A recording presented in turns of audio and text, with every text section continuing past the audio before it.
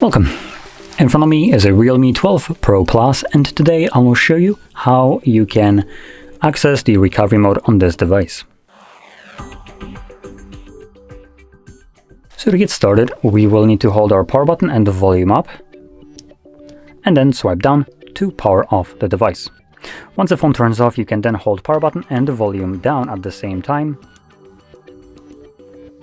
And once you see the Realme logo, you can then let go of the power button, but keep holding volume down.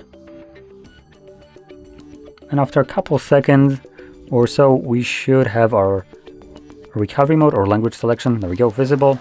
So here, select your desired language. There's only 3 visible, and that's the only 3 options that you have. So I'm going to tap on English, and this will present you with recovery mode with 3 different options, which is format data, aka factory reset of the device, reboot device, or power off.